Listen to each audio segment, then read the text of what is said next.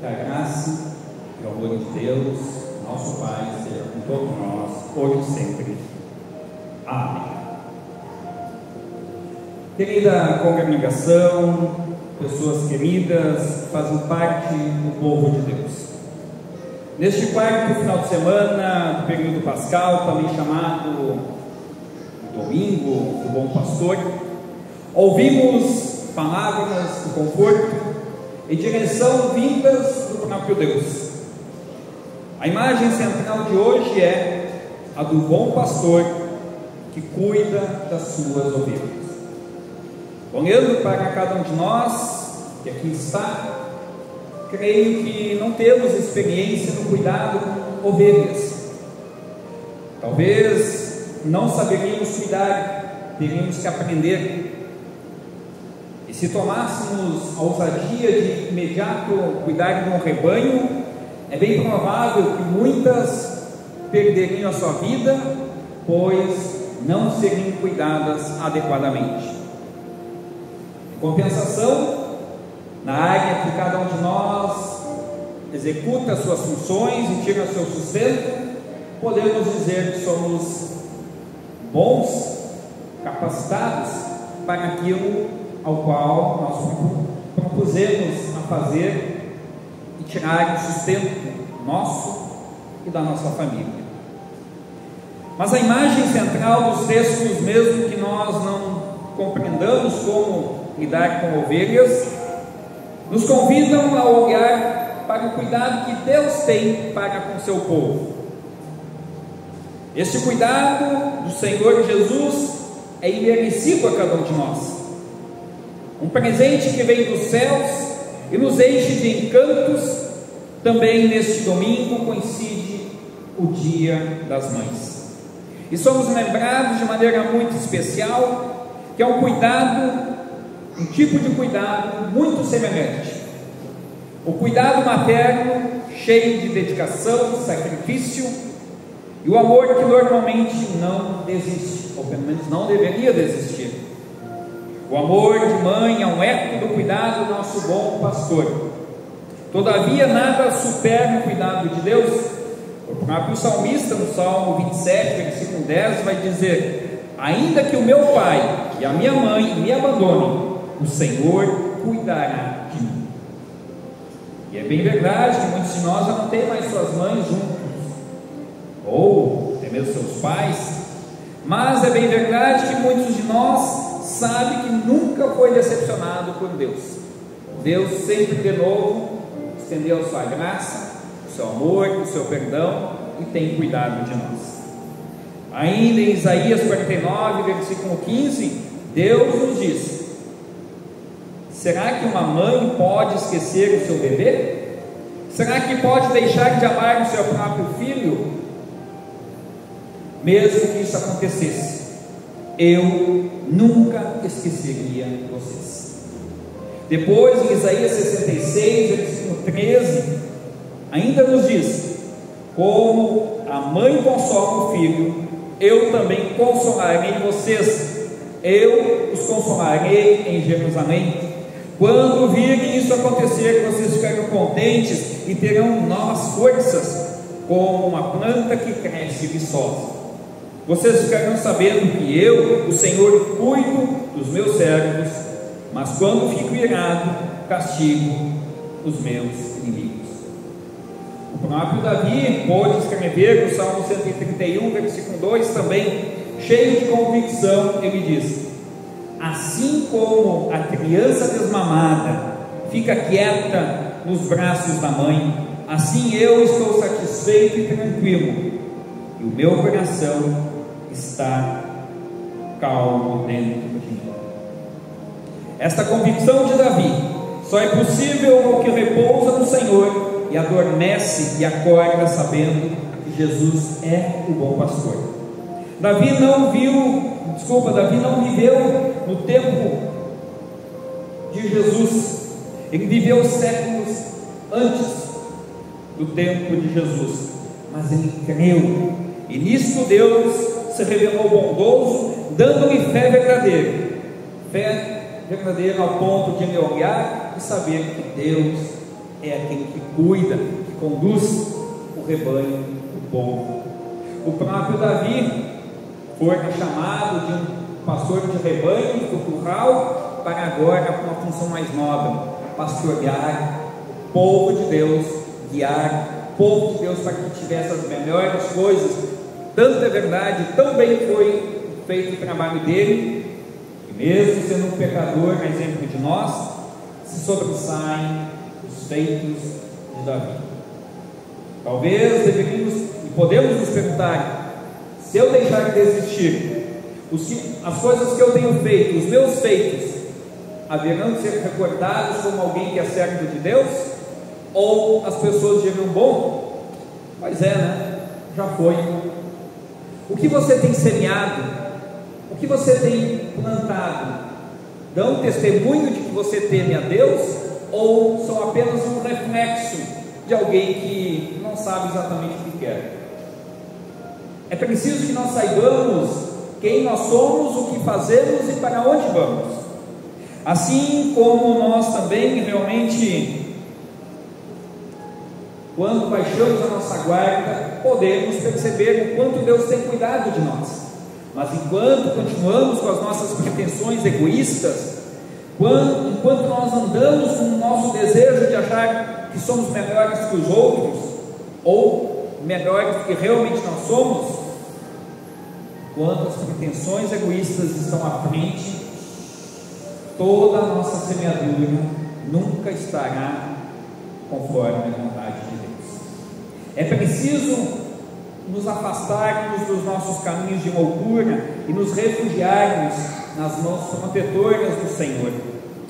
Então também nós compreenderemos que Ele é o bom pastor, pastor esse que defende os seus com a sua própria vida.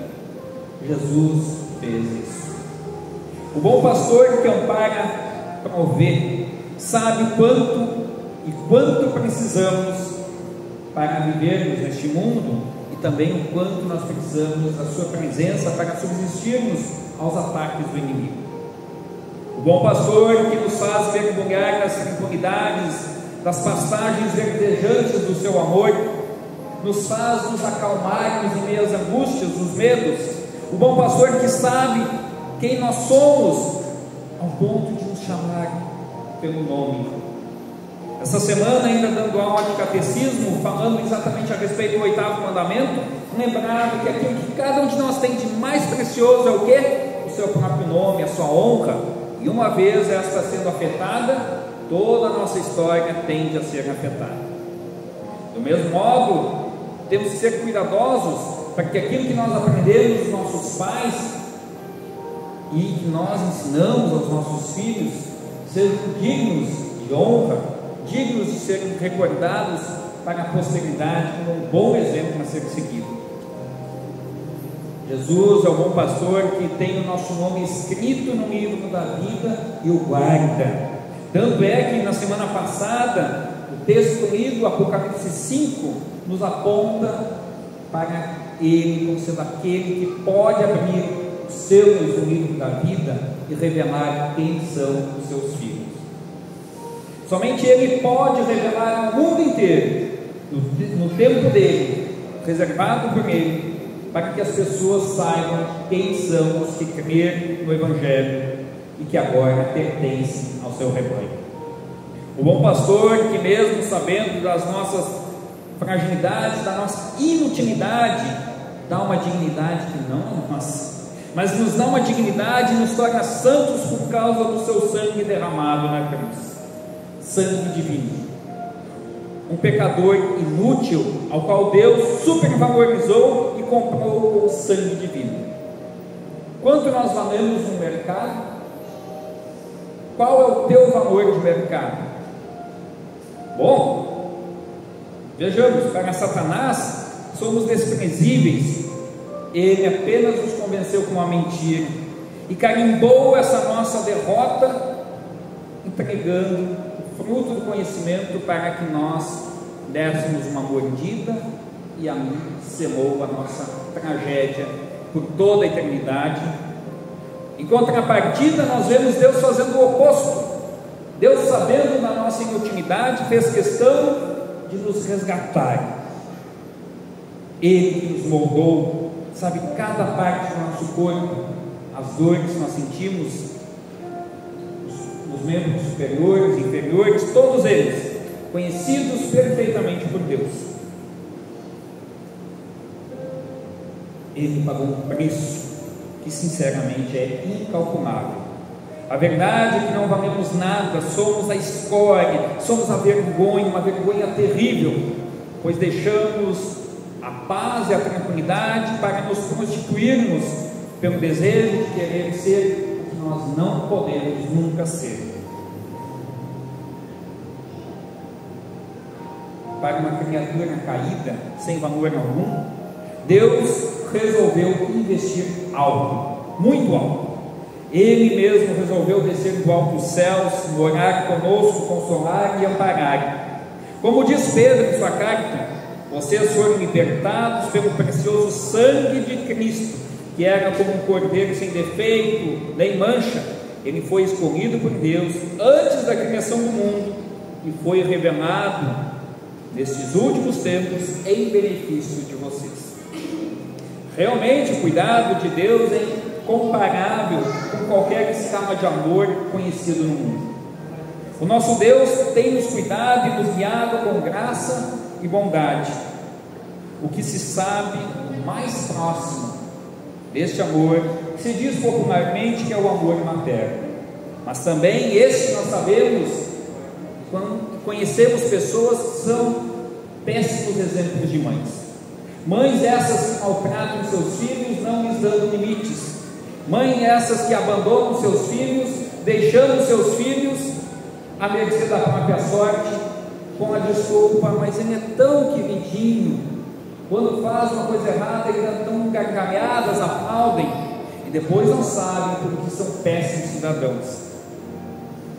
Mas o amor de Deus, esse você não acha mancha, não acha defeitos.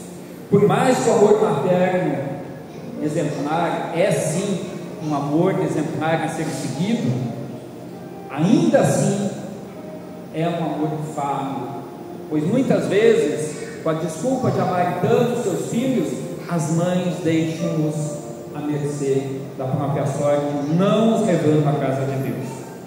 Olha só, volta. Quantas pessoas da congregação poderiam estar aqui, quantas mães poderiam estar com seus filhos, seus netos aqui e não o fazem, por a falta de noção, de respeito e temor a Deus. É preciso que nós nos lembremos que nada no mundo se compara e supera ao estar na casa de Deus. Não podemos ser relaxados no nosso cuidado de fé e nem no cuidado da fé de quem nós amamos. Meus irmãos, não tem, e aí as mães digo isso, queridas mães, não tem como ser uma mãe por excelência se não estiveres nas mãos de Deus. Não tem como você cuidar do teu filho, do teu neto, da tua casa por excelência se você não tiver a sua vida guiada pelo próprio Senhor Jesus. A resposta é uma só: ninguém consegue conduzir os seus se não tiver a Deus em primeiro lugar na sua vida. Como diz a palavra de Deus, conforme o texto de Provérbios 9, versículo 10, para ser sábio é preciso primeiro temer a Deus. Se você conhece o Deus Santo, então você tem compreensão das coisas. É interessante que a Bíblia não nos fala ter 1, 2, 3 faculdades, mestrado, doutorado, mas fala em temor a Deus. As graduações humanas são boas, importantes, dão qualidade de vida, mas não são essas as que dão primazia aos olhos de Deus. São importantes, muito importantes, não podem ser desprezadas, pois Deus se alegra quando seus filhos mostram e buscam o conhecimento, mas o primeiro conhecimento que deve ser buscado, não só pelas mães, por todos nós, é o temor ao Senhor.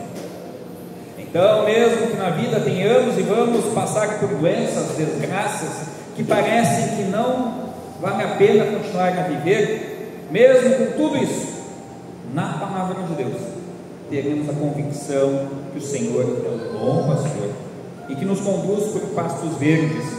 Em nossa vida, como nos lembra no Salmo 23, passamos por vários escuros, doenças, perdas, medos e insegurança, e as mães muitas vezes caminham ao nosso lado nesses vales escuros. Quantas mães já não perderam o sono por causa dos seus filhos, às vezes porque não seguem seus exemplos, ou porque não sabiam conduzir os seus filhos e deixar que eles tomassem rumos que trouxeram desgraça, sofrimento e muita dor. Meus irmãos, mas quantas mães com o coração firme, cheio de esperança, oraram, intercederam por seus filhos, e hoje eles estão no caminho correto na palavra de Deus. Muitas vezes os filhos nem se dão conta. Quantos pais se preocupam e zelam, oram, a exemplo de Jó no Antigo Testamento, que diz o texto lá que ele acordava de madrugada com medo que algum filho pudesse ter pecado, oferecer sacrifícios a Deus para que os seus filhos tivessem perdão dos pecados. É sofrer muitas vezes no paraíso, é sofrer na certeza de que no final das contas não adianta as nossas lágrimas, mas é confiar que Deus estará no comando e que cabe a cada mãe, a cada pai, cada um entregar seus filhos aos cuidados de Deus. Todo o carinho que um filho recebe da sua mãe, e de modo especial de sermos consolados, também nos mostra que Deus cuida pessoas por meio de pessoas. Todavia, mesmo que a nossa mãe, por falta de conhecimento na palavra de Deus, não soube nos apontar para servirmos a Cristo, hoje temos aqui a oportunidade de sermos lembrados que mesmo na inapetência materna em servir a Deus, Deus não nos deixa desamparados. Ele mesmo nos atende em nossas necessidades, e agora, por exemplo, da igreja, e por meio da pregação do Evangelho de Deus, Deus nos dá uma grande oportunidade de reclinar os nossos braços em direção ao Senhor Jesus, clamando: Senhor, me socorre, me atende em minhas necessidades. Como já disse, por mais que uma mãe tente fazer tudo correto, ela também é uma pecadora e vai nos decepcionar. E nós vamos decepcionar as nossas mães, por mais que sejam boas nossas intenções. Mas tem um jeito de mudar tudo isso: é o perdão mútuo que nós aprendemos na palavra de Deus. Perdão esse que nos ajuda a planearmos as diferenças entre mães e pais, filhos, enfim, que nos coloca no mesmo patamar na presença do Senhor. Todas as pessoas, por causa da palavra de Deus, são chamadas a colocar sua dependência em Cristo Jesus. Como diz Jesus: as minhas ovelhas escutam a minha voz e eu as conheço e elas me seguem. Eu lhes dou a vida eterna e por isso elas nunca morrerão. Ninguém pode arrancá-las da minha mão. Mas para ser ovelha de Cristo e permanecer no rebanho de Cristo, todo pecador precisa se alimentar com o alimento da palavra e sacramentos. Não tem como alguém ser servo do Senhor Jesus se não crer. Não tem como alguém dizer que está de pé, que tem fé, se não ouve a palavra, se não estiver fazendo o que nós estamos fazendo aqui na igreja, em comunhão uns com os outros, nos apoiando, reconhecendo que nós temos pessoas também fragilizadas na fé, a exemplo de nós. Pois, como diz o texto do Evangelho, as pessoas que não ouvem corretamente não podem crer, pois, do contrário, sempre estarão inquietas com perguntas do tipo: você é ou não é o Messias? As pessoas, conforme o texto do Evangelho, tinham ouvido Jesus falar, muitas vezes é o Messias, dava exemplos, tinham visto os seus milagres, mas não queriam ouvir. Assim como tem pessoas que vêm para a igreja, vêm para os cultos, assistem o culto, mas saem daqui como se nada tivessem ouvido, praticam a vida totalmente errônea contra a palavra de Deus, Tem umas que vêm à igreja, sentam, assistem os cultos todos os finais de semana, estão mortas espiritualmente. Mesmo você as chacoalhando, parece que estão anestesiadas, não demonstram um respingo de amor adquiridos pela palavra de Deus. Isso é terrível. Algumas, isso se reflete exatamente pelo fato de não estarem na casa de Deus. Cabe a nós continuarmos, sim, anunciando a respeito do bom pastor, que tem uma voz que nos chama pelo nome, é uma voz que nos chama e nos conhece intimamente, que sabe de todas as nossas fragilidades, nossos medos, e nos convida a estarmos nele, no Senhor Jesus. O evangelista João diz assim: ninguém poderá arrancá-las da minha mão. Jesus mesmo diz: aqueles que me pertencem pela palavra, ouvem a palavra, creem nessa palavra, elas nunca poderão ser arrancadas da mão do próprio Senhor. Vamos ter dificuldades, todos nós. Não há dúvidas que eu e você muitas vezes vamos ter o desejo de abandonar tudo. E aí devemos nos perguntar: a quem vamos recorrer? A quem vamos pedir socorro? Não existe outro a não ser o Senhor Jesus, que pode nos dar paz e paz verdadeira. Meus irmãos, com tamanha misericórdia, nos resta vivermos para desfrutarmos das promessas da eternidade, onde, conforme nós ouvimos há pouco no texto de Apocalipse 7, versículo 9 a 17, Deus nos conecta e nos leva a enxergarmos a eternidade. Deus é tão misericordioso que veio ao nosso encontro, habitou conosco, enviou os seus mensageiros para pregar o Evangelho, e por último nos revela, por meio das passagens de Apocalipse, a eternidade, para que a gente não duvide que a nossa vida não é só o aqui e agora, mas tem uma continuidade. Isso aos que creem, e aos que não creem, bom, também a Bíblia fala da condenação eterna. Mas para nós, que somos chamados a viver nesse lugar da graça de Deus, somos convidados a reconhecer que todo cuidado, todo sustento vem do próprio Senhor Deus. Derrama um banquete que nós não merecemos desfrutar. Como diz o texto de Apocalipse 7, versículo 15 a 17, é por isso que essas pessoas estão de pé diante do trono de Deus e o servem de dia e de noite no seu templo. Aquele que está sentado no trono as protegerá com a sua presença.